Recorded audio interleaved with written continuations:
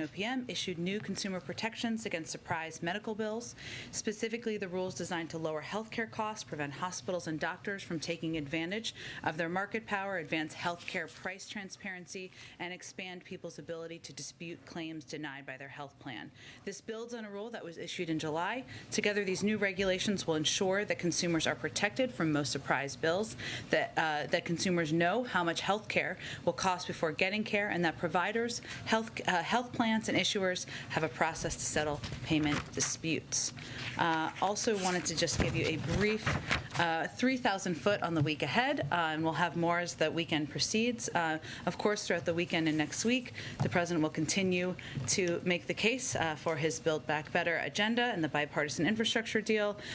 Also, he will be working with the Senate on the debt limit after Republicans voted twice this week to default. And toward the middle of the week, the President will travel across the country to make the case for his Build Back Better agenda and to discuss his administration's work to increase COVID-19 vaccinations, defeat the pandemic, and build an economy that works for all. Next Friday is, of course, Jobs Day. You can expect he'll deliver some remarks on the economy, and as always, we'll provide you with more details as we have them. Zeke, why don't you kick us off? Thanks, Jen. Why is the President going to the Hill today? What has changed in these talks that he believes now's the time to make the drive over there, and what is his message to House Democrats? He's going over there to make the case for his legislative agenda, which includes the infrastructure bill, and it includes his Build Back Better agenda. That would be in the reconciliation package. So he wants to speak directly to members, answer their questions, and make the case for why we should all work together to give the American people more breathing room. Does he expect to walk out of there with agreement, consensus for a vote today on the infrastructure package? I'm not going to make a prediction of whether there will or won't be a vote. I'll leave that to Speaker Pelosi to determine when she will call a vote. But he's making the case. He believes it's the right time for him to go up there. These are his proposals. These are his bold ideas. This is his plan that he's outlined to not just rebuild our roads, our railways, and bridges and put millions of people back to work, but also to make child care, elder care, pre-K more cost-effective, to address the climate crisis, and he wants to make the case directly to members. You mentioned a few of those proposals that are in there. Senator Manchin has been calling to means test some of those new proposals. Is that something the President is open to? Is that on the table? Is that the substance of what is being hashed out right now? I wouldn't say that's the substance of what's being hashed out right now. There's a lot of topics that are being discussed right now between a range of members, including Senator Manchin. I know we've talked over the last couple of days a little bit about this proposal for some means testing. What the President supports and what the President is focused on is ensuring that these plans are targeted toward the middle class, help the middle class, and help middle class families prosper, give them breathing room. And so as you look to some of his past proposals, there has been caps on income on some of his past proposals, some that were implemented as a part of the American Rescue Plan. So certainly, whatever you call it, he's open to discussing that. Sorry, one last one. We haven't really seen much of the President this week in public.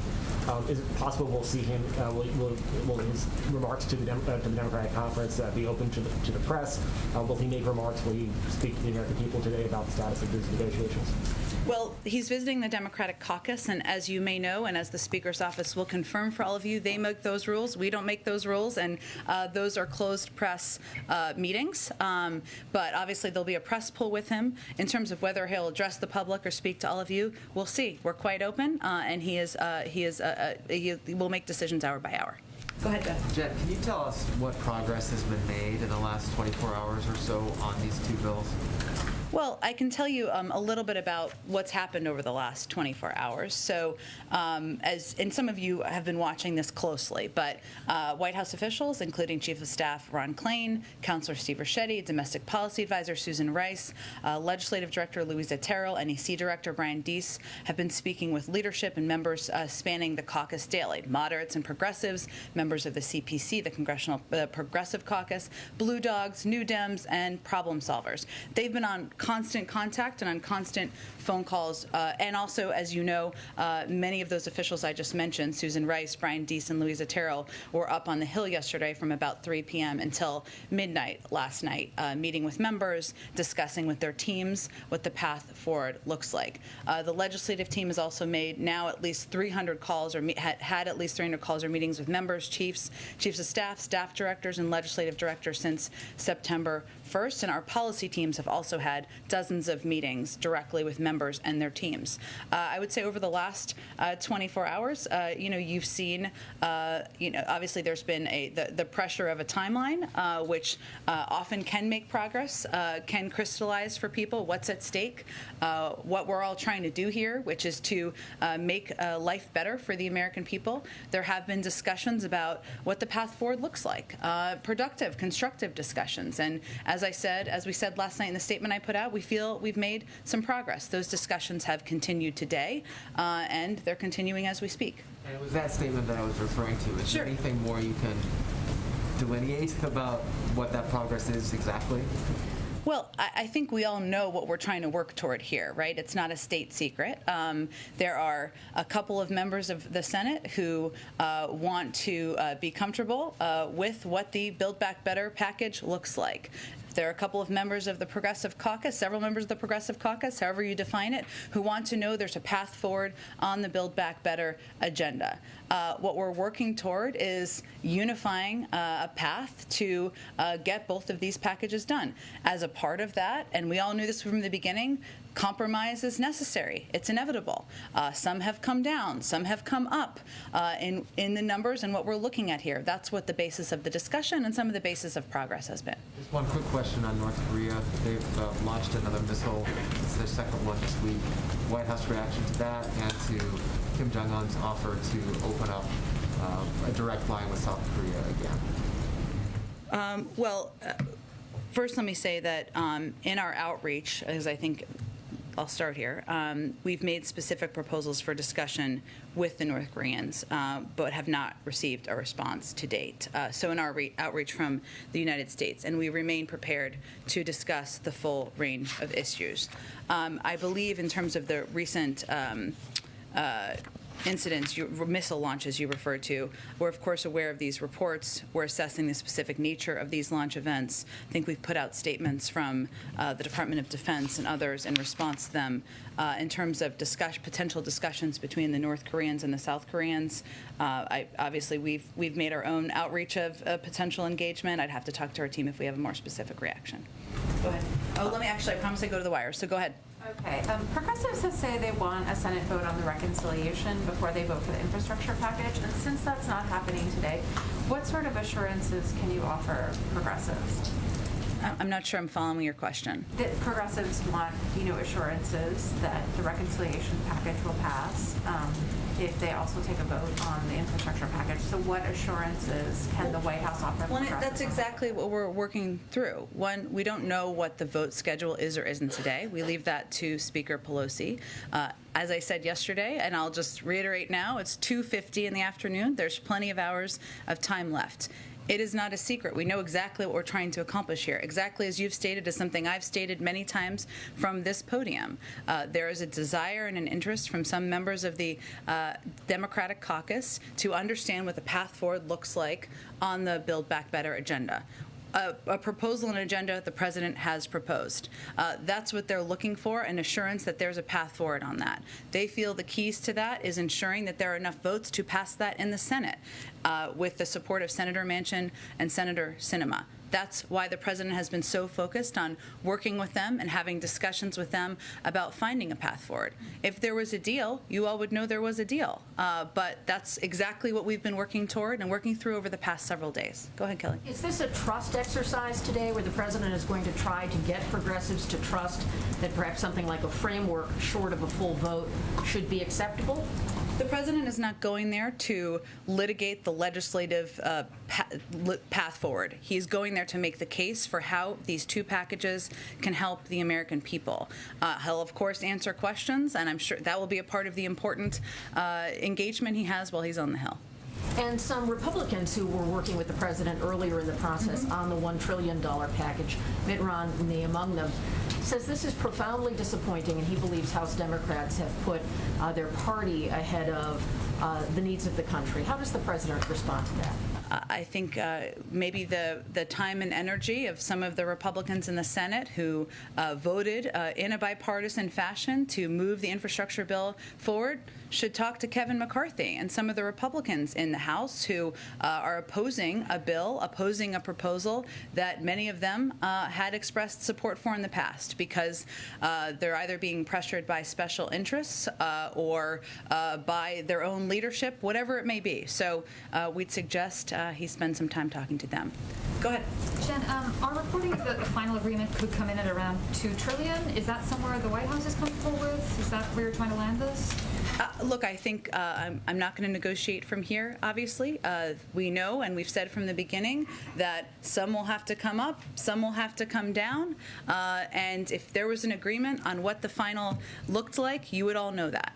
And in your statement last night, one of the common goals you cited was clean energy. Does that mean there's any kind of agreement on how you're defining clean energy? Because obviously progressives see it one way, but Senator Manchin has said he wants to include natural gas, which they don't agree with. Well, when we say clean energy, when I said it in the statement, what we're referring to is really steps to address the climate crisis. There are a number that are included in the infrastructure bill. There are also a number that are included in the Build Back Better agenda, including. Go ahead. I'm sorry. Sorry. Go ahead. No. Thank you, Poole.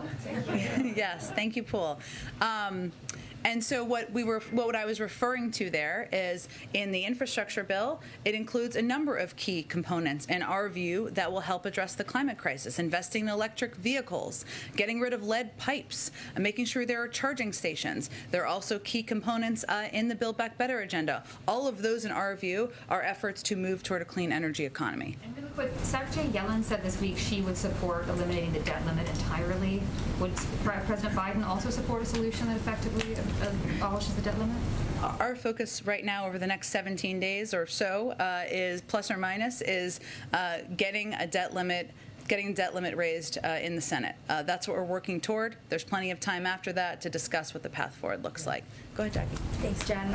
Did the president wait too long to get seriously involved in these discussions? I mean, this is happening so late that Speaker Pelosi is like using a legislative trick to pretend that it's still Thursday on the Hill to meet her deadline. Well, Jackie, I would say anyone who's ever been through a legislative fight before or covered it on the Hill knows that the negotiations and the deal-making always happens at the end. It doesn't matter how the process works or how many weeks there are. It always happens at the end. We're clearly at the late stages of the process here. This is exactly the moment where people put their bottom lines down, they put their best ideas forward, and there's heavy negotiating. And that's exactly what's happening. And that's why timelines can help make progress. And then there are 3,700 Department of Transportation employees who are furloughed right now because progressives have so far declined to support this bipartisan bill that would renew their baseline funding, setting aside that there is discussion going on for a short-term fix that's possible.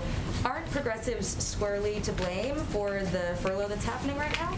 Well, to be clear, I mean, every member of Congress is a free citizen who could vote to support this infrastructure bill, including Republicans. They could come forward and support it, as 19 Republicans in the Senate did not.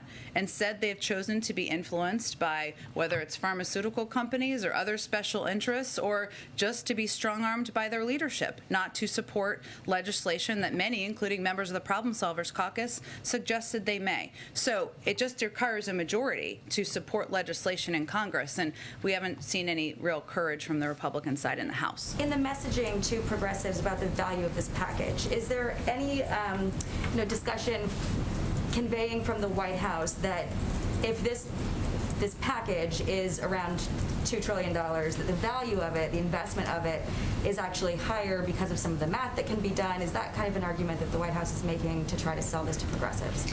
The case that the White House is making is that Compromise requires everybody giving a little. That's the stage we're in. But no matter where we end, if we can get something done here, we're going to have a historic piece of legislation pass Congress that's going to have a huge impact on the American people. And that's one of the reasons the president wanted to go down there today and lay down and remind people. We get mired, everybody does, in kind of the mechanics of legislating, hugely important part, but remind people of what this is all about. And this is all about lowering costs for people. This is all about addressing the climate crisis. This is all about helping women and families get back in the workforce. And that's the case he'll make when he goes to the caucus. One more quick one. If the president can't get this across today after his visit to the Hill, what message does that send about the Democrats' ability to deliver, and what kind of impact might that have in the midterms? Well, I think what's happening right now is there's healthy debate, discussion, and disagreement about the specifics of the path forward. And that's not a sign of dysfunction. That's a sign of Democrats primarily at this point, that we welcome Republican support in the House, trying to work together to get things done for the American people. That's how legislating happens. So he's going up there because this is his agenda. This is what he has proposed. He feels passionately about getting both of these pieces of legislation done, and he wants to speak directly to the caucus about that, and he feels it's exactly the right time to do that. He also feels that disagreement, debate, litigating components of numbers or how much is going to get a little more than the other, that's democracy, and that's a healthy part of the process, too. Go ahead. Yeah, you said at the top that the president next week will make his case for the Build Back Better agenda and the bipartisan infrastructure bill. Is that a concession that it is not going to get done this weekend? No, it's a conveying that the president's going to have to continue to go out there and make the case to the public about what is in these packages, no matter when it passes. Soon, possibly as soon as this weekend, the United States is going to hit 700,000 deaths from COVID. When the U.S. hit 500,000, the president paused and essentially held a memorial. How does he intend to mark this next terrible milestone? And also, what responsibility does he feel for the last 200,000 deaths? Well, look, I think as the president said many times, he feels incredible responsibility for everything that's happening in the country, including our ongoing fight and battle with COVID-19. That's why he is focused on this as his #1 priority since the first day he came into office. I don't note that we've saved, according to outside experts, tens of thousands, hundreds of thousands of lives because of the actions his administration took, including, at this point, I think we're at 77 or 78% of the public having received at least one vaccine. Obviously, we'll all take a moment to pause when we hit 700,000. That is a striking, horrifying number of lives lost to a pandemic, people who lost loved ones, parents, grandparents, children in many cases. In terms of what the president will specifically do, I'll have to get back to you on when we have more on that. Go ahead. Back to the president's trip to the Hill. You said he's going to make his case for his agenda, but is it also his way of saying enough is enough? This is time to come together now?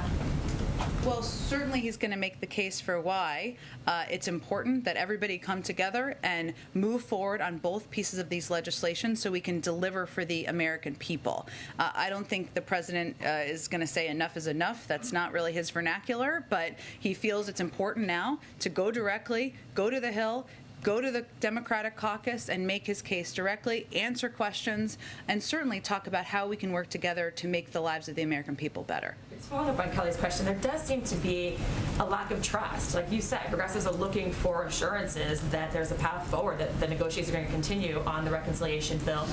How do you govern if there's a lack of trust among Democrats?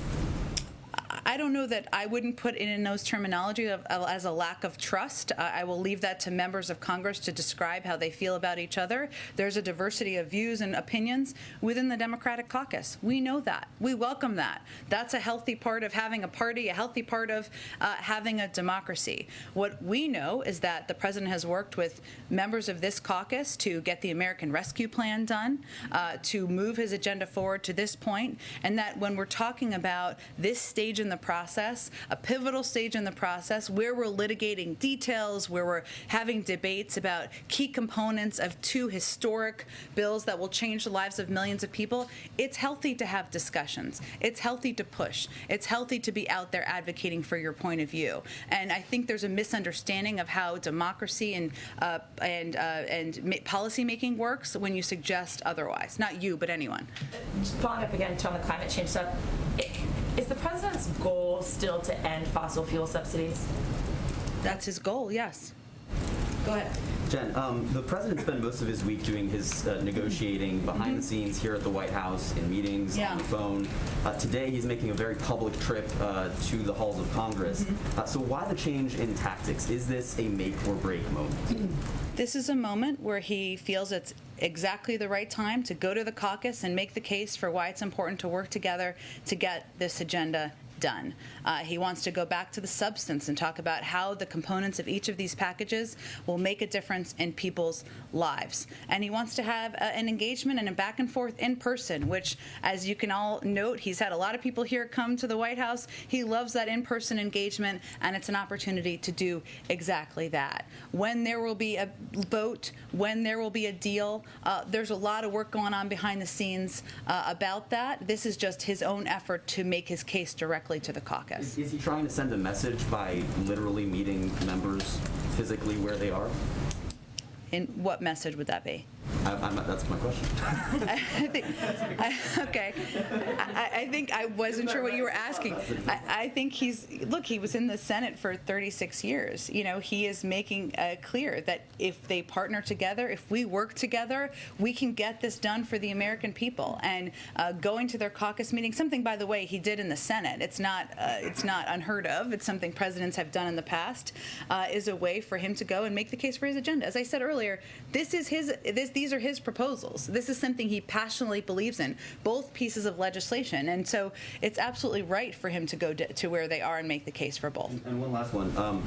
During most of the day yesterday, it was quite clear that the votes were not there for this infrastructure bill to pass. And yet we saw White House officials and the president working throughout the day to try and cobble together the votes to pass that legislation last night, only to see the inevitable happen with the speaker delaying that vote. So what, in the president's view, did that work yesterday accomplish, and was it worth it to try and push for that bill to be passed on that arbitrary timeline? Well, if the speaker were standing here, I wish she was. She's invited any time. She would tell you it wasn't inevitable, and that when you legislate and when you are working with a small margin, which she is, in Congress to get something done, that timelines, self-imposed deadlines sometimes can help crystallize for people and help you make progress. And we think it did exactly that. As we said in a statement last night, we're not quite there yet. We're still working toward it. That remains the case today. Go ahead. Yeah, Jim, thanks. What more can you tell us about these trips next week that the president is making? Can you tell us what states or locations they are? Is this a multi-day trip or just one day? I think you said middle of the week. Yeah. And the fact that the president is going on the road, so to speak, is this a sign that he has struggled to sell this plan so far to the public for you to do this at this point? Well, I don't have the details yet. I understand why you're asking, but I wasn't trying to be secretive about them. We're still trying to finalize all the specifics. We may have more by the end of today or first thing tomorrow morning. As soon as we do, we'll make them available. It's going to be at least one day, maybe 2 days of travel next week if we can finalize all of the details.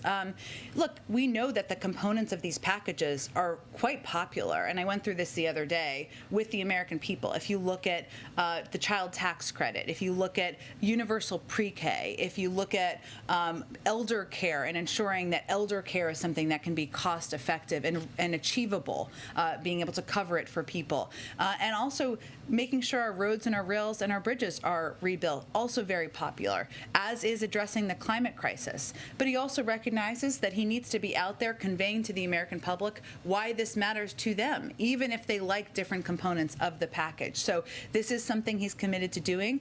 You'll see him doing over the coming coming weeks and months, we made an assessment, because there's almost nothing more valuable than the time of the President of the United States, that in this week, when we were in a key period of negotiating and having discussions with legislators, specifically a couple of members of the Senate, that his time would be best spent here in Washington, being available, meeting with people, and having phone calls. But we'll see. He'll do that next week, too, but he'll also be on the road. Will these trips be in what we think of as swing states, or in maybe even the states of some of the senators who haven't gotten on board yet, say maybe Arizona? He's going to be, I understand your line of questioning. We'll get your advice. Right. What does it rhyme with? I understand your question. Look, he's not going out to the country to do anything more than communicate with the public about how Democrats are working together to make their lives better. And I expect we'll have more details on the next 24 hours about where. Go ahead, Karen. Thanks, Jen. You've said a couple times that timelines help make progress and that self-imposed deadlines also make progress. In all of the meetings this week between White House staff and the president with lawmakers, was the White House explicitly telling progressives to hold their ground on not having the vote or not voting for the BIF until the second part? And was the White House also saying to the moderates, keep pushing for a timeline in order to get to that point that we got to yesterday? So were we negotiating against ourselves? What were you actually telling both, continuing on these paths Karen, can actually bring progress? It's a good question. I know there's been some reporting out there. I can assure you there is no moment in time where any senior member of this White House was arguing for anyone to vote against a piece of the president's agenda. What is also true is that we have been communicating with such a broad range of members from across the caucus that often we know where different parts of the caucus stand. And so we have been, in many ways, liaisons along with leadership to convey this is where this group stands, this is where that group may stand, and conveying so that we can help reach a unifying point and get across the finish line. And the vast majority of that, without all the specifics, is very much known publicly, right? There's a group who have been out on television and out very publicly, and your colleagues on the Hill asked them good questions, who have conveyed we absolutely need to have a clear path forward on the Build Back Better agenda in order to support the infrastructure bill. They're also a group that has conveyed that they want the infrastructure vote, otherwise they're not going to support the reconciliation package. So what we're trying to do is gather all the views, gather all the voices, figure out what everyone's for, and try to get both pieces of legislation passed. Follow up on my colleague Mary Alice's question. You're getting all that together, figuring out where everybody stands, and they're making it very public. But is there a point where the president says, we know where everybody stands, but now everybody has to just put aside some of those red lines and get behind his agenda to get something done? Well, I think I understand your question, but look, and he's going to make the case for the importance of getting his agenda done today, right? These proposals when he goes to the caucus.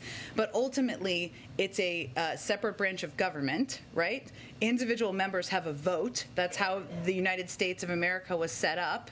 And I think you've met a lot of these people. They're not looking to be told what to do or have their arms twisted. They want to be a part of the discussion, a part of the engagement. The good news is, if you've heard and you've seen, many of these members from all sides of this debate out there saying, we're making progress. We're getting there. We're getting closer to an agreement. We agree with that. And so we're going to continue to follow this path. Go ahead.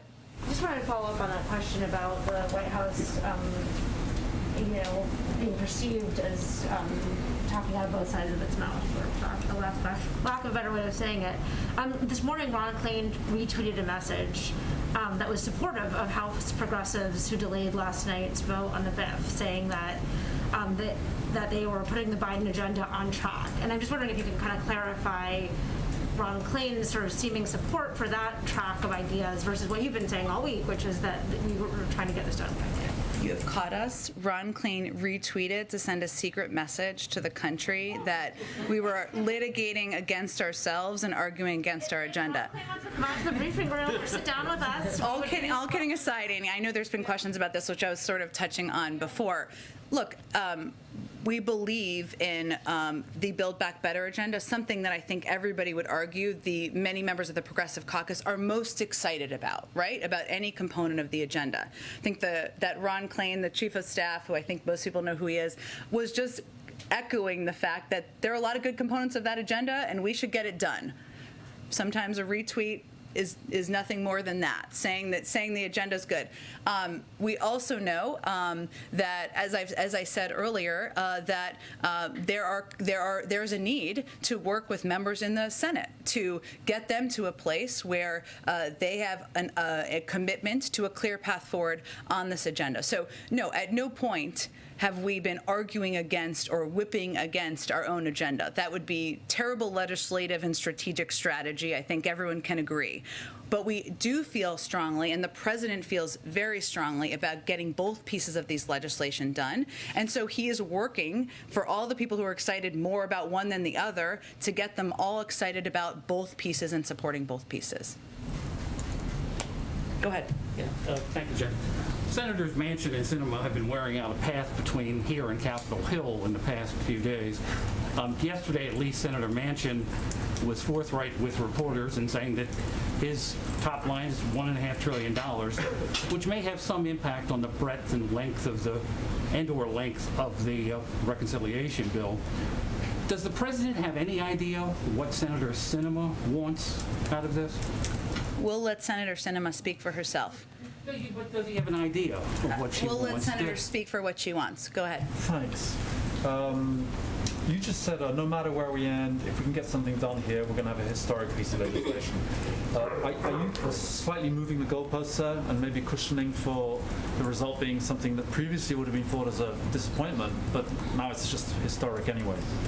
Well, first of all, I think we know that as I've said many times, that compromise means that some people are going to come down, some people are going to come up. That's a part of what happens here. But what we're talking about is a large package that will have a historic impact on the American people. There's never been a proposal like this that's come even this close to passing that will help lower the cost of child care, of elder care, of universal pre-K, that has done what this package is proposing to do for the climate crisis. So yes, there are of course parameters for what we would or wouldn't be for, but ultimately what they're negotiating around and what members are negotiating around in good faith would be have a historic impact on our economy, a historic impact on people across the country. I can do a couple more here, and then I gotta go.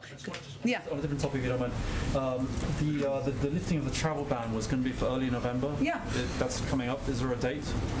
It's still on track to meet early November. Just early November. That's right, and it will be done by then. Go ahead. You mentioned that everyone is probably going to have to give a little on this. Hence a compromise. Yes. Does the president have any specific policy red lines on the reconciliation bill that you could kind of lay out? I know you've done that before on previous legislation. He understands that he may not get absolutely everything he wants in this package, and others may not get absolutely everything they want in this package. But I'm not going to outline it further from here. I know we've done that in the past, but at this moment in the discussions, I'm not going to do that from here. Of the policy, you can say he's not letting anyone touch this. It's all important to him, but I'm not going to outline further detail from here at this point in the discussions. Go ahead. The New York Times ran a great story that a number of Republican senators are breaking with McConnell to sign onto the infrastructure bill. If that's so, are there similar cases with Republican House reps too? And is that one way that is Pelosi counting on their votes to offset progressives? So 19 senators did vote for the infrastructure bill and did support a bipartisan infrastructure path forward. There have been Republicans in the House who have expressed support for, interest in some components of this infrastructure bill in the past too, but Kevin McCarthy has been whipping against it. It's a good question for him as to why and why these members oppose it, but I think Speaker Pelosi isn't betting on Kevin McCarthy's caucus at this point in time. Lastly, I spoke with a few organizations that are helping migrants from Haiti, and a couple of concerns that they had were getting in complaints, accusations of human rights violations at the border, including people being refused medical attention. Another issue that was coming in was that there were many people deported that didn't have proper documentation, that were non-Haitians that were sent to Haiti, and so they're kind of dealing with that on the ground. Have you heard Have you all heard any of those complaints or information? On the latter, I have not heard a single incident of that. I'm happy to check on that case. I will just reiterate that as we've been implementing Title 42 as it relates to any migrants who have been coming across the border, no matter what country they're coming from, who are coming through an irregular process. But in order to go back to a country, you typically need to have come from that country. And there are countries where some Haitians were living for a short period of time that they may have not had the proper documentation to go back to that country. So that may be, I'm not sure if that is what the issue is, and certainly that did happen in some cases. As it relates to medical care, that is something that we surged, and I think you're talking about from a couple weeks ago in Del Rio.